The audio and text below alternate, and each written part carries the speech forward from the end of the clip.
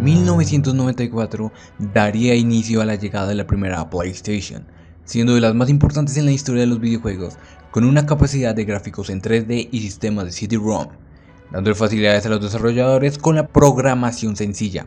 Además, presentándose por primera vez en la E3 de 1995 con un precio reducido, aliándose con varios publishers, en especial con Capcom, que para el E3 de 1995 estaba presentando un pequeño título de lo que hoy se conoce como una de las sagas más importantes de Capcom, Resident Evil. Pero para hablar del primer Resident Evil tenemos que empezar a hablar de los inicios del survival horror. Los orígenes del videojuego de terror y supervivencia se remontan a la ficción del terror anterior. Los arquetipos se han vinculado a los libros del escritor de ficción H.P. Lovecraft, que incluyen narrativas de investigación o viajes a través de las profundidades. Se han hecho comparaciones entre los grandes viejos de Lovecraft y los encuentros con jefes vistos en muchos videojuegos de terror y supervivencia. Los temas de supervivencia también se han rastreado hasta el subgénero de la película, en el que el protagonista sufre una confrontación con el antagonista definitivo. Otra influencia importante en el género es el terror japonés, incluyendo la clásica teatral Noh, los libros de Edogawa Rampo y el cine japonés. El género de terror supervivencia se basa en gran medida en las tradiciones occidentales, principalmente estadounidenses, y asiáticas, principalmente japonesas, con el toque occidental al horror que generalmente favorece el horror visceral, orientado a la acción, mientras que el enfoque japonés tiende a favorecer el horror psicológico. El primer intento de un videojuego de estas características era Haunted House, de 1972 para la Magnavox Vision. Para 1981 saldría Nostromo, inspirada en la ciencia ficción de terror de la película Alien, el octavo pasajero. Era un videojuego de terror y supervivencia que consistía en escapar de un extranjero invisible con los limitados recursos disponibles. Para finales de 1980 salieron algunos títulos interesantes, con características de horror como Ghosts and Goblins de Capcom, Castlevania de Konami y Ghost House de Sega. Uno de los videojuegos de aventura gráfica con el tema de la casa encantada más conocidos fue Maniac Mansion de LucasArts, y uno de los títulos que influenció bastante a la saga de Resident Evil, Sweet Home de 1989 para la Famicom, considerado por muchos como el primer videojuego de survival horror basado en una película del mismo nombre. A pesar de ser un juego de rol, funcionó como inspiración para Resident Evil. Además, fue el primer intento de crear una atmósfera aterradora dentro de un juego, a través de una historia espantosa, orquestación ambiental intensa, presentación sangrienta y escenas de corte espeluznantes. Ahora, teniendo todo esto en cuenta, ¿cómo se desarrolló el primer Resident Evil y cómo ha influenciado a lo largo de los años? Eso es lo que vamos a hablar el día de hoy.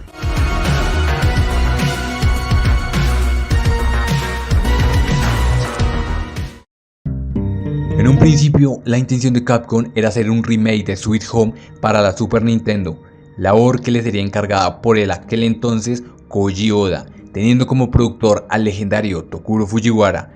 En 1993, el proyecto tenía como nombre Juego de Horror. Tokuro Fujiwara sugirió para encargarse del proyecto en aquel entonces como su alumno a Shinji Mikami. Él mencionaba que cuando iniciamos el proyecto de Biohazard, mi jefe en aquel momento, Tokuro Fujiwara, se acercó a mí y me dijo: debes hacer un juego de terror basándote en Sweet Home. Si nos damos cuenta, Resident Evil tiene bastantes similitudes e influencias de Sweet Home, adoptando muchos elementos del juego, como la gestión ilimitada de recursos, el entorno de una mansión, los puzzles, el énfasis en la supervivencia, el uso de notas dispersadas por todo el juego y entradas de diario como una mecánica para narrar la historia, múltiples finales dependiendo de cuántos personajes sobrevivan, el backtracking, animaciones de muerte, la restauración de salud con objetos esparcidos por la mansión y un intrincado diseño e imágenes brutalmente horribles. Por su parte, Fujiwara decía: la premisa básica era hacer cosas que no se podían incluir en Sweet Home, principalmente los gráficos, y estoy seguro de que los juegos de terror podrían convertirse en un género por sí mismos.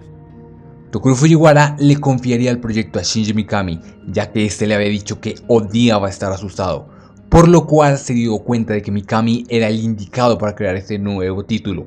Tokuro afirmaba: la gente que le tiene miedo a nada no puede llegar a entender lo que es aterrador. Yo pienso que no se puede hacer un juego de horror si no tienes algún miedo a algo. Ya con todo esto listo, Mikami pensaría en planificar las cosas nuevas. En un principio la idea era asemejar el terror de las casas de espantos que hay en los parques de diversiones. En eso Shinji Mikami mencionaba: para mí lo que más me da terror son los fantasmas. Así que pensé en construir un juego lleno de espíritus. Cuanto más me puse a pensar en ello, en la forma de incluir en el juego, sentía que no había ningún sentimiento de euforia si estaba disparando o atacando a los fantasmas. Cuando me di cuenta de eso, decidí desechar la idea de los fantasmas y buscar algún tipo de amenaza diferente. Obviamente, esa sería una de las decisiones más importantes a la hora de desarrollar Resident Evil, en el que se pensarían en desarrollar enemigos que fueran más monstruosos, más cercanos a un humano, en lugar de espíritus. La idea de los zombies llegó de la película Dawn of the Dead, con la diferencia de que los jugadores podrían usar la cabeza para sobrevivir. Mikami mencionaba que estuvo los primeros 6 meses, solo al poco tiempo el equipo creció a 15 personas, en las que se encontraban grandes nombres como Hideki Kamiya, Hiroki Kato y Katsunori Kadoi, los cuales se convirtieron en piezas fundamentales del equipo. Por otra parte, en la programación estuvo a cargo por Yasuhiro Banpo, el gameplay a manos de Katsuyoshi Karatsuma e Ippo Yamada en el soundtrack. Mientras tanto, Mikami ya tenía varios bocetos conceptuales, diseños de personajes y un guión de casi 40 páginas, varios fondos pre-renderizados previamente de la mansión Spencer, que tendrían una fuerte inspiración en el Hotel Stanley en Colorado, Estados Unidos, y el escenario de la película de terror de 1980, El Resplandor. Mikami también citó la película italiana Zombie 2 de 1979 como una inspiración negativa para el juego. En un principio se iba a hacer una actualización en primera persona en 3D de Sweet Home, influenciado por las batallas en primera persona de juegos como el ya mencionado Sweet Home y Dragon Quest, con mecánicas de acción y disparos. Se terminó produciendo un prototipo en primera persona e inicialmente presentaba un estilo de terror japonés sobrenatural y psicológico, similar a Sweet Home, antes de optar por un estilo más parecido a las películas de George Romero. En el tiempo de producción, Mikami tuvo una fijación por un título de aquella época. Hablamos nada más y nada menos del legendario título Alone in the Dark, que lo terminaría influenciando para adoptar un sistema cinematográfico de cámara a vista fija, argumentando que si tuvo un efecto de inmersión, pero haciendo que el jugador se sintiera un poco más distante, pero al final lo adopté porque el uso de fondos pre-renderizados nos permitió un mayor nivel de detalle que su primera versión completamente en 3D. Además, el prototipo de vista en primera persona no se llevaba tan bien con las especificaciones originales del PlayStation. Solo una captura de pantalla del prototipo original en primera persona ha estado disponible desde la década de los 90, mostrándose una similitud con Doom que con Alone in the Dark. Si bien algunas entregas derivadas lanzadas en años posteriores usarían una perspectiva en primera persona, como Resident Evil Survivor, pero la serie no la usaría realmente bien hasta la llegada de la séptima entrega. Un segundo prototipo más avanzado presentaba un juego cooperativo. Eso sería eliminado ya que Mikami no consideraba que fuera lo suficientemente bueno. Para principios de 1996, en la revista Maximum Console se presentaba un cementerio y una versión ligeramente diferente del jefe final. El cementerio, que se eliminaría para la versión final, se retomaría para el remake de 2002. Otras cosas que aparecieron hasta el final de desarrollo sería una casa de huéspedes y una torre, que eventualmente serían reemplazadas por la caseta de vigilancia y el laboratorio, respectivamente. Otra característica que se eliminaría sería el cambio de arma en tiempo real. A pesar de que Capcom para la época ya contaba con su propio estudio de captura de movimiento, no fue utilizado para este juego. En cambio, los animadores sacaron referencias de libros y videos para poder estudiar cómo se mueven las personas, las arañas y demás animales que se encuentran en el juego. Ya en preproducción se consiguieron otros personajes que serían reemplazados, como un hombre afroamericano llamado Dewey, que iba a ser el alivio cómico, pero viendo el tono del juego sería descartado. Y otro personaje llamado Gelser sería un cyborg, que sería el típico personaje de hombre fuerte,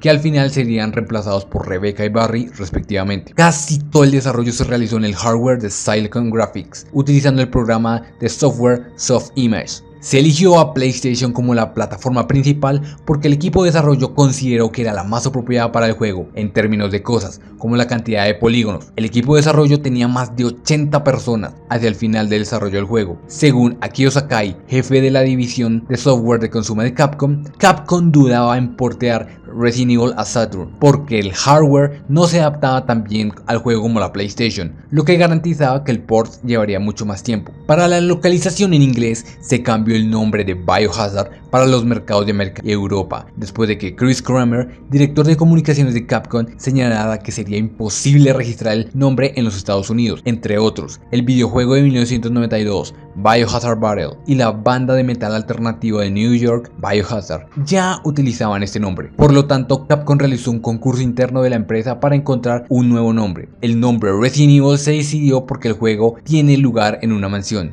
Creamer pensó que el nombre era super cursi. Creamer pensaba, el nombre era bastante cursi, no puedo recordar lo que sentí, que era una mejor alternativa. Probablemente algo estúpido acerca de los zombies, pero al resto del equipo de marketing le encantó y finalmente pudieron convencer a Capcom Japón y a Mikami-san que el nombre encajaba. La portada del lanzamiento estadounidense y europeo fue realizada por el artista Bill Sienkiewicz. La versión original de PlayStation de Resident Evil pasó por varios cambios considerables entre su lanzamiento japonés original y sus contrapartes internacionales. Las versiones norteamericana y europea de la introducción se eliminaron en gran medida de la que aparecen en los lanzamientos japoneses. Se eliminaron tomas de cadáveres destrozados, el perro zombie Cerberus al que le disparan y la muerte de Joseph, así como escenas en las que aparece el personaje de Chris Redfield fumando un cigarrillo. A pesar de sus ajustes, el juego finalmente se lanzó en PlayStation como uno de los primeros juegos en recibir la clasificación madura de la Junta de Clasificación de Software de Entretenimiento, o la ESRB. En el juego en sí se deshabilitó la función de apuntar automáticamente y se redujo la cantidad de cintas de tinta encontradas por el jugador. Capcom también planeó eliminar la naturaleza interconectada de las cajas de elementos, lo que significaba que los elementos solo se pueden recuperar de las ubicaciones donde se hayan almacenado originalmente. Este cambio se hizo en las copias de vista previa de la versión de Estados Unidos, pero se eliminó del lanzamiento comercial. Esta mecánica del juego en particular resurgiría en una nueva versión como parte de una configuración de dificultad desbloqueable. Shinji Mikami señaló que hicieron la versión estadounidense más difícil a pedido del personal estadounidense para que el juego pudiera alquilarse y no completarse en unos días. Mikami también decía que esta versión resultaba bastante difícil para el personal de Capcom, que tuvo que jugar con mucho cuidado para completarla.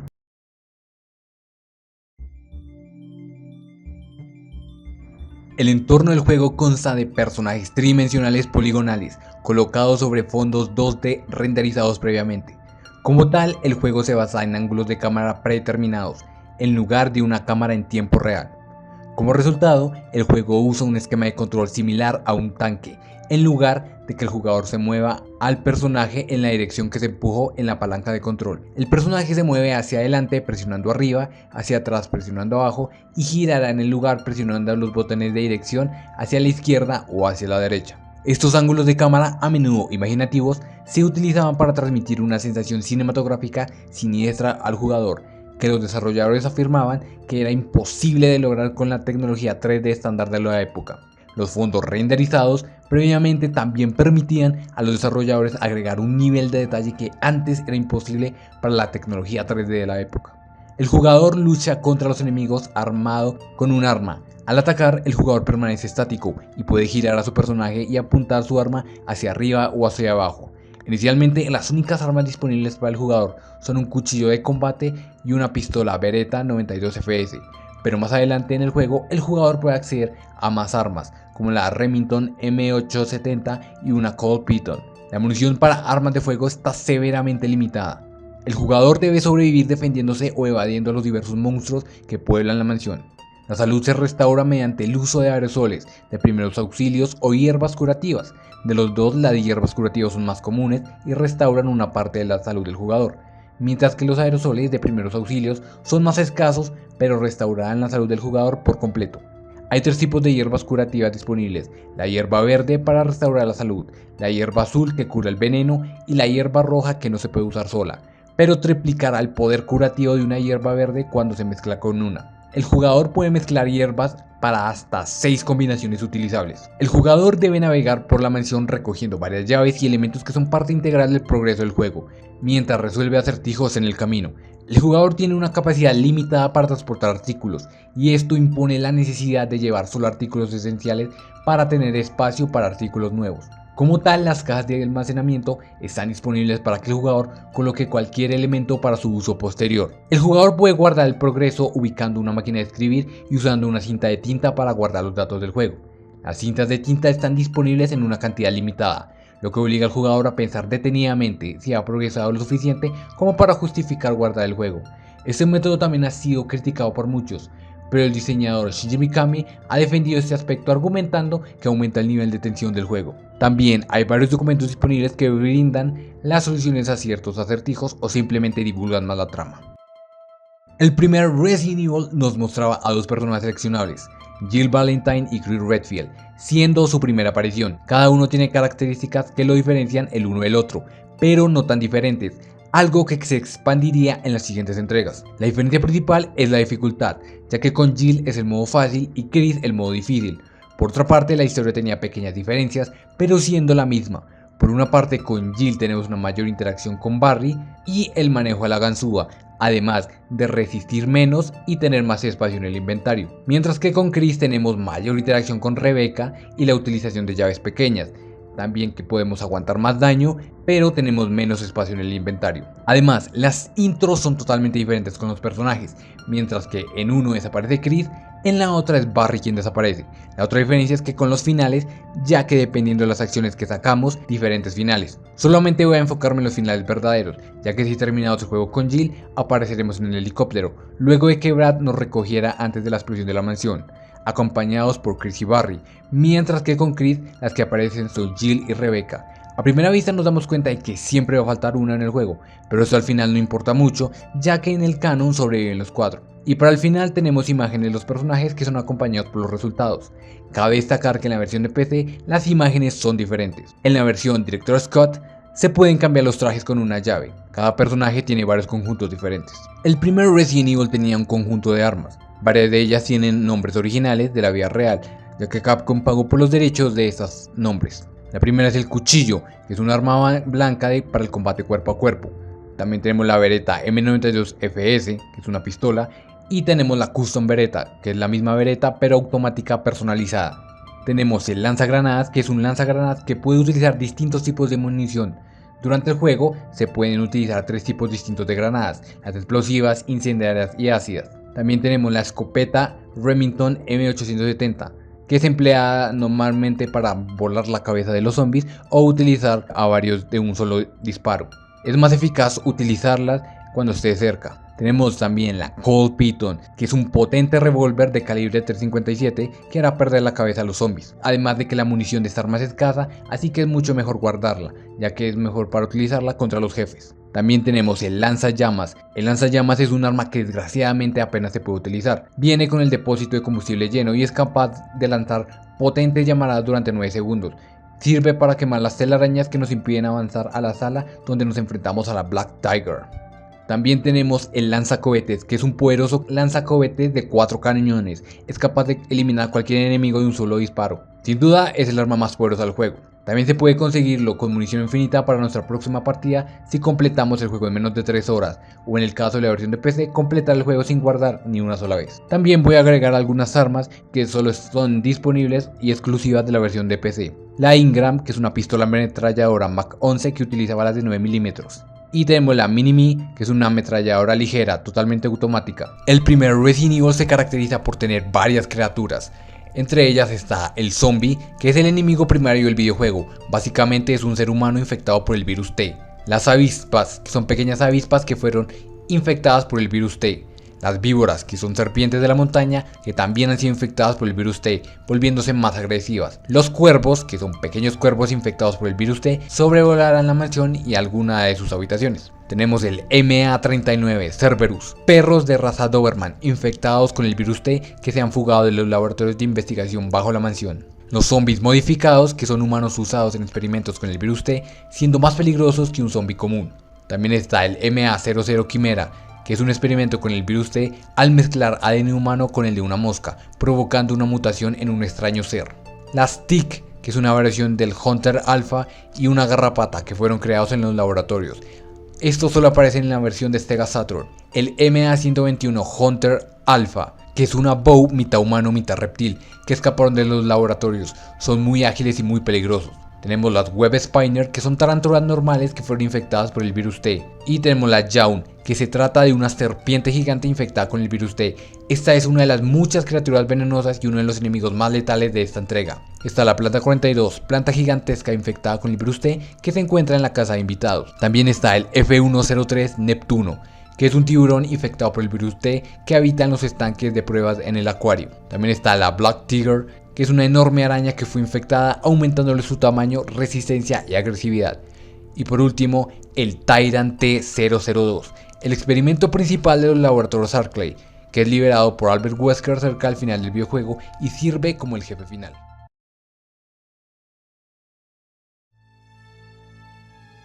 Resident Evil, para ser un juego de 1997, tenía una atmósfera tenebrosa, además de la vista de la cámara con los planos fijos, dando una sensación de inquietud. Además, desde que el primer momento con la aparición del primer zombie, sabes que la cosa no va a ir para nada bien. Los pasillos de la mansión se vuelven claustrofóbicos, a veces no sabes que puede salir de una esquina, pero tampoco hay que olvidar la banda sonora del juego, aumentando más la inquietud. Lastimosamente, esto se pierde en la versión DualShock. También la escasez de munición, que hacen que debas preocuparte por mantener las municiones. Por su parte, los monstruos, las bows que rondan por la mansión, ayudan a mantener la tensión, desde enemigos normales hasta jefes. Una parte importante son cuando abres las puertas para pasar a otra habitación o a otro sector, que al fin de cuentas solo es una pantalla de carga. Pero la tensión que genera es fuerte, dando una sensación de terror al no saber qué hay detrás del otro lado. Son pequeñas cosas que mejoran la ambientación del juego, cosa que se iría mejorando en próximas entregas. Otra cosa que no se queda atrás son las notas de los trabajadores de la mansión, que nos explican un poco más del lore, con algunas notas bastante perturbadoras, como la que encontramos en una de las habitaciones donde está un zombie en el armario, y nos cuenta cómo va perdiendo la razón poco a poco hasta convertirse en un zombie. Además, otras que nos detallan algunas bows.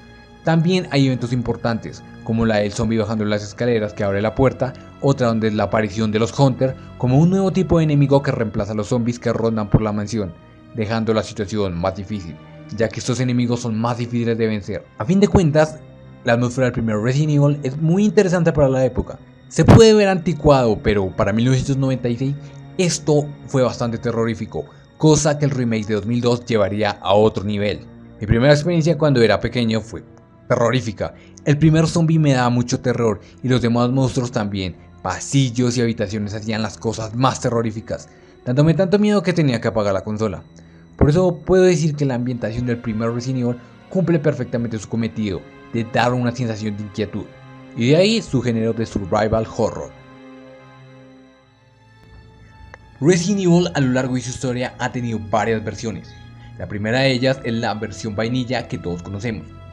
La segunda versión que saldría al mercado sería Resident Evil Director's Cut, que es una versión revisitada del juego que salió a fines de 1997 para reemplazar el lanzamiento pospuesto de Resident Evil 2. El subtítulo es un poco inapropiado, ya que en realidad no restaura ningún contenido faltante, como las cartas de George Trevor que finalmente se implementaron en la nueva versión de 2002. Sin embargo, presenta una gran cantidad de contenido nuevo y cambios notables con respecto a los lanzamientos originales. La segunda versión que salió al mercado es Resident Evil Director's Cut DualShock Version. Si no fuera evidente por su título ridículamente largo, es una versión revisitada de Resident Evil Director's Cut, lo cual lo convierte en una revisión de una revisión. Lanzada a fines de 1998, que agrega soporte para el controlador analógico DualShock, recién lanzado en ese momento. Se lanzó una versión similar de Resident Evil 2 en el mismo periodo, a pesar de que la versión original de ese juego tenía solo unos meses. También la banda sonora original de Makoto Tomosawa, Masami Ueda y Koichi Hiroki fue reemplazada notoriamente por una nueva banda sonora, acreditada a la ahora igualmente notorio Mamoru Samuragochi. En 2014 se reveló que la mayor parte del trabajo de Samuragochi, incluida esta banda sonora, fue escrita por su asistente Takashi Nigaki. La otra versión que saldría sería un port para Sega Saturn de la versión original de PlayStation de Resident Evil, conocido como Biohazard. Es el primer puerto que recibió el juego, superando la versión de PC por 3 semanas, y también se lanzó antes del lanzamiento de Director's Cut en PlayStation. Esta versión agrega contenido adicional exclusivo que nunca se transfirió a otra versión, incluido el Battle Game, el modo precursor del favorito de los fanáticos, The Mercenaries. Y también tiene algunas diferencias con el lanzamiento original, como algunos enemigos nuevos como la Stick, el Tyrant dorado y Wesker Zombie. La siguiente es la versión de PC que salió un poco después del port de Sega Saturn. Esta versión es casi igual a la de PlayStation, la única diferencia es que trae armas nuevas exclusivas y el detrás de escenas del juego. La última versión del juego original que saldría sería Resident Evil Deadly Silence, que es una versión portátil de Resident Evil original, lanzado 10 años después. aunque a diferencia de la versión enlatada de Game Boy Color, esta en realidad se parece al juego de PlayStation. Incluye la campaña original, además del modo Rebirth, exclusivo que agrega varios acertijos orientados a la pantalla táctil y secuencias de cuchillo en primera persona, porque tiene que usar esa segunda pantalla de alguna manera, así como un minijuego multijugador, además de ser la versión completa con modelos totalmente renovados y el modo multijugador donde puedes desbloquear varios personajes de la campaña. Esta para mí es la mejor versión que puedo recomendar, además considerada por muchos como la versión definitiva del Resident Evil original. Y el último que ya no es considerado como una nueva versión es el remake de 2002 para GameCube, que solucionó muchos problemas que tenía el juego original, incluidos los diálogos originales, y en general se hizo que este juego se viera mucho mejor. Esta versión se usaría en todos los sistemas más nuevos más adelante.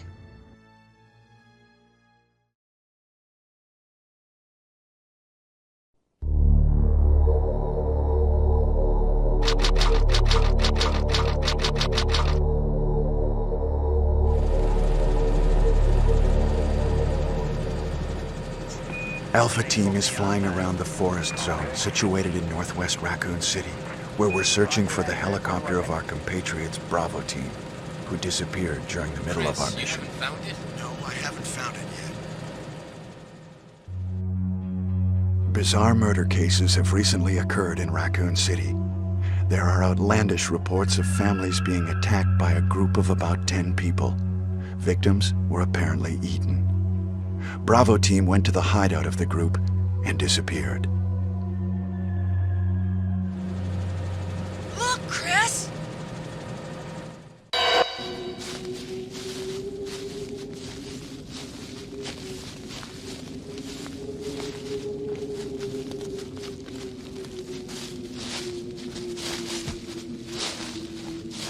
It was Bravo Team's helicopter.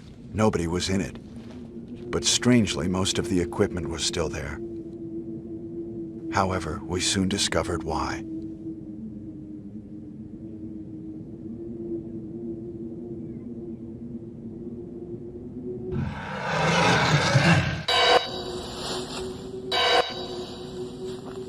Hey! Come here!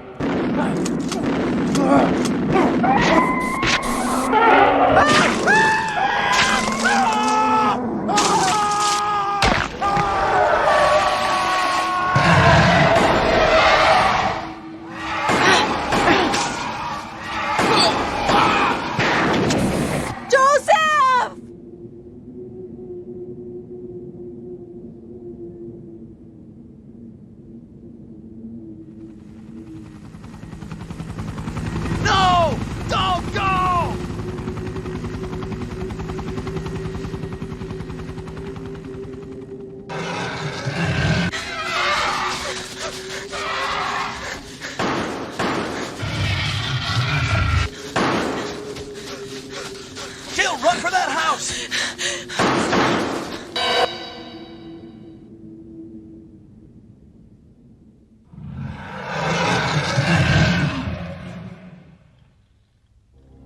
There are only 3 STARS members left now. Captain Wesker, Jill, and myself. We don't know where Barry is. Y así es como piensa esta historia. Según el personaje del que el jugador asuma el control, Chris o Barry se separan del resto del equipo durante la persecución y no llegan a la mansión. En este punto el equipo decide dividirse para investigar.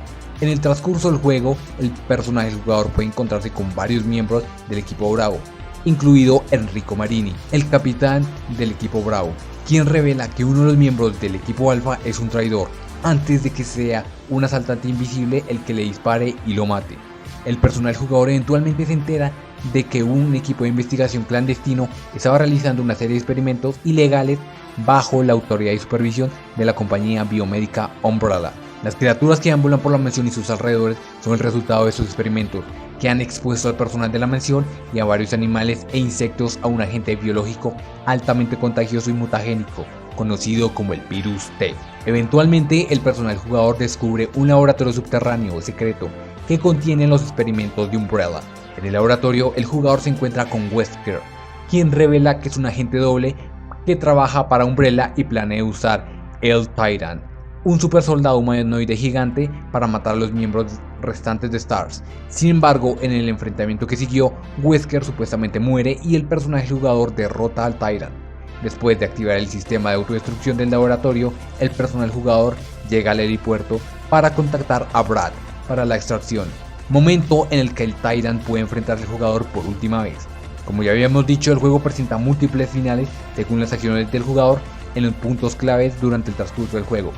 El mejor final: los miembros sobrevivientes del equipo escapan en el helicóptero mientras la mansión se autodestruye. Por el contrario, en el peor final posible, la mansión permanece intacta y el personaje jugador es el único superviviente. Los personajes secundarios del juego incluyen a Barry Burton, experto en armas del equipo Alpha, que proporciona a Jill potencia de fuego. Adicional, también tenemos a Rebecca Chambers, miembro sobreviviente del equipo Bravo, que apoya a Chris con su experiencia médica. Albert Wesker, el capitán de STARS y el líder del equipo Alpha, y Brad Vickers, el piloto del helicóptero que les envía transmisiones mientras trata de encontrarlos en el helicóptero. Los otros miembros de STARS incluyen a Joseph Frost, el sexto miembro del equipo Alpha, cuya muerte repentina pone en marcha la historia. Enrico Marini, el líder del equipo Bravo, que le da al jugador el giro de trama más crítico del juego. Y Richard Aiken, quien le da al jugador una radio utilizada para recibir las transmisiones de Brad. Kenneth Sullivan, un miembro del equipo Bravo, asesinado justo después de que llega al equipo Alpha. Y Forrest Spear, cuyo cadáver se encontrado por el jugador en el balcón. Originalmente el juego tenía voces en japonés, pero Shinji Mikami se dio cuenta que como el juego se ambientaba en Estados Unidos, sería muy raro tener voces japonesas. 俺たちアルファチームは作戦途中で消息を絶った同僚のブラボーチームのヘリを探してラクーン北西の森林地帯を飛んでいた。まだ見つからんか。見つかりません。それは確かにブラボーチームのヘリだった。ヘリの中は無人。しかしおかしなことにほとんどの装備は置き去りにされていた。そして俺たちはその訳をすぐ知ることになった。そういう館に着いた俺たちスターズは今3人。隊長ウェスカー、ジル、それに俺クリス。バリーとははぐれてしまった。クリス？なんだ？どうしたレベッカ？私、この研究所で研究ファイルを見たんです。研究中のタイラントウイルスがまだたくさんこの研究所にあって、こんなところ思い切って爆破した方が。乗りかかった船だ。レベッカ、やってくれるか？はい。 It said that a great deal of research on the Tyrant virus exists right here. We should blow this place up. We are already into it over our heads. Rebecca, can you do it? Yes, sir. じゃあ私、さっき見つけた起爆システムを作動させてきます。よし、まだ脱出できないと決まったわけじゃない。外で落ち合おう。起爆システムが作動しました。研究員並びに警備員は全員速やかに避難してください。なお、避難経路確保のため全てのロックを解除します。ジルか？クリス！ジル、無事だったのか？ええ。ウェスカーよ。ウェスカーが。あ、分かっている。とにかくここを出よう。こちらブラッド。もうガス欠だ。いいか？これが最後だ。誰か生きている奴がいるなら合図をするんだ。これが最後だぞ。爆破まであと10分です。やりました。起爆装置を作動させましたよ。レディーファーストたち、先に行くんだ。クリス！俺にも見せ場を残してくれよ。任せるわ。ヘリポートで撃ち合いましょう。奥さん。ああ、女房とガキたちさ。こいつらいつも俺の帰りを待ってるんだ。今日なんか上の娘の Milani. 気にしないで。彼はきっと生きてる。 Por lo que mandó a hacer un doblaje al inglés. Lastimosamente, este doblaje no tuvo control de calidad, ya que eligieron las voces que mejor quedaban en el juego, por lo que en siguiente el doblaje quedó con las escenas épicas que todos conocemos. Rebecca, what are you doing in this place? Oh, Barry! That was too close. You were almost a Jill sandwich. You're right. Barry, thanks for saving my life. Chris, you're alive. My words exactly. What is it? What? Oh! Oh no! Sorry, I didn't mean to do that. You must be from the Bravo team. Yes, I'm Rebecca. Rebecca Chambers. I'm a newcomer. I just joined the Stars Bravo team last month. Well, I'm really sorry. Are you all right? Is this? That's right. This is the ultimate life form. Tyrant.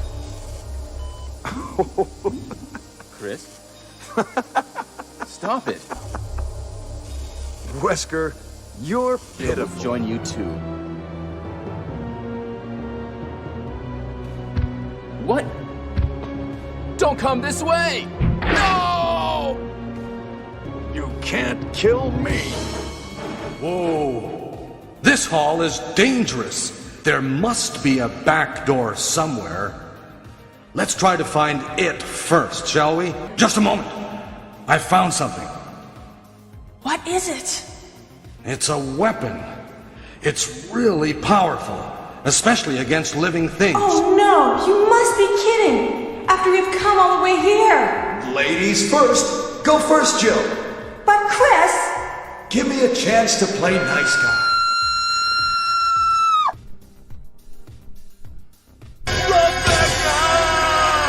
Don't come any closer, Chris.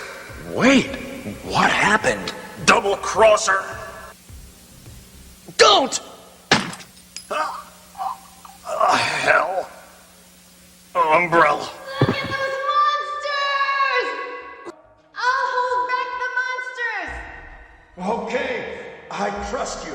Trust me! Los actores de voz que estuvieron a cargo en esta primera entrega están Scott McCulloch, que fue la voz de Chris Redfield, Una Kavanagh, que fue la voz de Jill Valentine, Barry Gayerde, que es la voz de Barry Burton, Lynn Harris, que es la voz de Rebecca Chambers, Sergio Alarcón como Albert Wesker y Jason Wool como la voz de Joseph Frost. El Resident Evil original contó con una serie de cinemáticas con actores reales, las cuales servían de introducción y ending para el juego, las cuales cambiarían dependiendo de las acciones que tomásemos dentro de la aventura. Para llevar a término esta tarea, Capcom contrató una serie de actores y actrices, las cuales representarían a cada uno de los personajes del juego. Luego, de forma paralela, contrató un grupo de actores de doblaje, los cuales pondrían voz durante las cinemáticas con los gráficos del juego. A pesar de que hoy en día las cinemáticas con los actores reales se ven algo cutres, lo cierto es que para la época fueron muy bien recibidas y transmitían la atmósfera de terror que conlleva el título. Hay que considerar que los nombres de los actores tanto de voz como de cuerpo no fueron oficialmente revelados por Capcom. De hecho, en los créditos del juego solo aparecen los nombres de pila o seudónimos, por lo que fue gracias a los esfuerzos de la comunidad que a día de hoy sabemos sus nombres de algunos de ellos. El rodaje de las escenas de acción real tuvo lugar a finales de la primavera, en dos localizaciones diferentes a las afueras de Tokio, un almacén abandonado equipado con un helicóptero falso y una zona rural al este del monte Fuji, que hacía las veces de exterior de la mansión Spencer. Según los actores, las escenas interiores se rodaban primero y el director Resident Evil, Shinji Mikami, estuvo presente en el plato para el rodaje, aunque él no dirigía. En su lugar, Capcom contrató a un director de cine comercial llamado Mitsuhisa Hosoki para que se encargara del rodaje, aunque en realidad se sabe muy poco sobre su experiencia como director fuera de su trabajo en Resident Evil.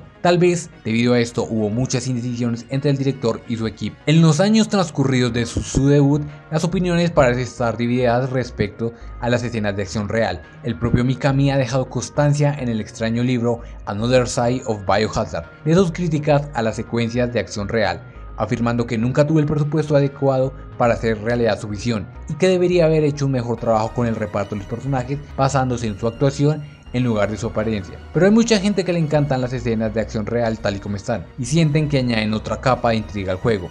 Encontrar a los actores no fue precisamente fácil. La mayoría de los actores hicieron anuncios publicitarios que no acreditan a sus estrellas, por lo que el grupo dedicó tiempo a revisar miles de anuncios japoneses y a ponerse en contacto con las personas cercanas a las producciones de las que podían encontrar información de contacto con la esperanza de averiguar más sobre el reparto. Sorprendente, se identificaron a 5 de los 6 actores e incluso se han entrevistado 4 de ellos en un blog. Quizás el mayor descubrimiento hasta ahora se produjo en julio de 2020, cuando descubrieron quién interpretaba a Jill Valentine, aunque a diferencia de los otros actores, Inés aún no ha concedido una entrevista sobre sus experiencias. Lo más importante de la entrevista es que 3 de los 4 que fueron entrevistados dieron sus nombres. Entre ellos está Charlie Klaslaski, que es el actor de Chris Redfield, Greg Smith, que es el actor de Barry Burton, y Eric Pirinus, que es el actor de Albert Wesker. Por otra parte, la actriz que dio vida a Rebecca Chambers no quiso dar su nombre, pero por lo menos dio una entrevista. Entre ellos hablaban de cómo eran sus experiencias y cómo hicieron las escenas del Resident Evil original. Además de que estos 3 han aparecido en varios proyectos como los que hace el canal de Residents of Evil, y apareció en un video de Angry Video Game Nerd reinterpretando otra vez a sus papeles anteriores. Pero lo que más destaco es la entrevista de Linda, ya que además de que ella era una actriz que no estaba con los otros actores, ya que ella hizo sus escenas aparte, excepto la escena final. Además de que originalmente ella es rubia y no del color que aparece en el juego. También importante destacar que ella no tenía ni idea de que Resident Evil se había convertido en una franquicia grande. Ni siquiera recordaba que estaba en eso, ya que para ella era un trabajo más, ya que estaba en otros trabajos, además de que también trabajaba para Sony y Toshiba, pero siempre le había encantado Japón, decía que eran los mejores años de su vida, y nos dejó una pista diciendo que ella aparecía en el video de Gar para una canción llamada Last Song.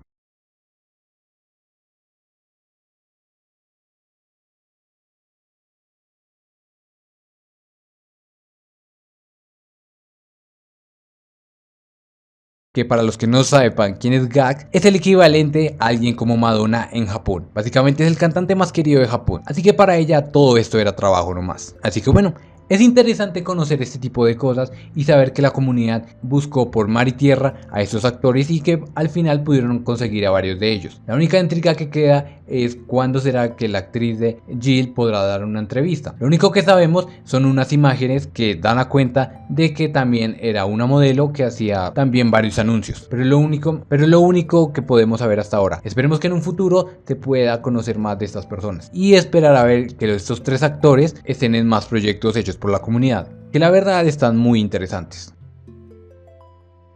Resident Evil al día de hoy es una de las sagas más influyentes. Gracias a su primer juego es lo que conocemos hoy en día. La fórmula ha ido evolucionando, a veces para mal y otras para bien, pero creo que esta funcionó para sentar las bases de lo que hoy sería la saga al día de hoy. Al juego le han pasado los años y no es la forma más cómoda de jugarlo. Por mi parte yo no recomendaría esta versión, de pronto la de Nintendo 10, pero solo la recomendaría por curiosidad, por si quieres saber cómo inició esta saga. Pero si quieres una verdadera experiencia, recomiendo ampliamente el remake de 2002, ya que mejora increíblemente bien todo lo que hizo este juego a un nivel superior. Eso sí, el primer juego popularizó el género del survival horror y funcionó de inspiración para otras sagas. A este juego le tengo mucho cariño, fue de los primeros juegos que probé en mi PlayStation. Resident Evil ha sido una de mis sagas favoritas, sino que mi favorita. A pesar de que el primero no es mi favorito, lo guardo en una parte importante de mi vida. El juego ha envejecido, pero lo que importa realmente es lo fundamental que fue de influencia para la industria. A pesar de las dificultades, Shinji Mikami logró sacar adelante este grandioso título. Tal vez sin él esta saga nunca hubiera existido, y probablemente Capcom tampoco. Es genial que Capcom aún lo recuerda y lo nombra en varias ocasiones. Para mí, Shinji Mikami es un genio, y este juego lo demuestra.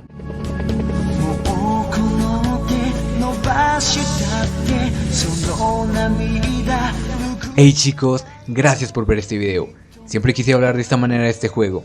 Si llegaron a esta parte del video, muchas gracias por ver y quedarse hasta el final. Este solo es el inicio para lo que será las cosas que tendremos que cubrir de la mayoría de los juegos de esta industria que nos gusta tanto, de la forma más genial que pueda ser. Este no fue un trabajo sencillo buscando toda la información, pero siento que valió totalmente la pena. Si les gustó este tipo de videos, por favor suscríbanse y síganme en mis otras redes sociales que dejaré en la descripción. De todos modos, los veré en mi próximo video. Una vez más, gracias a todos por ver. Bye bye.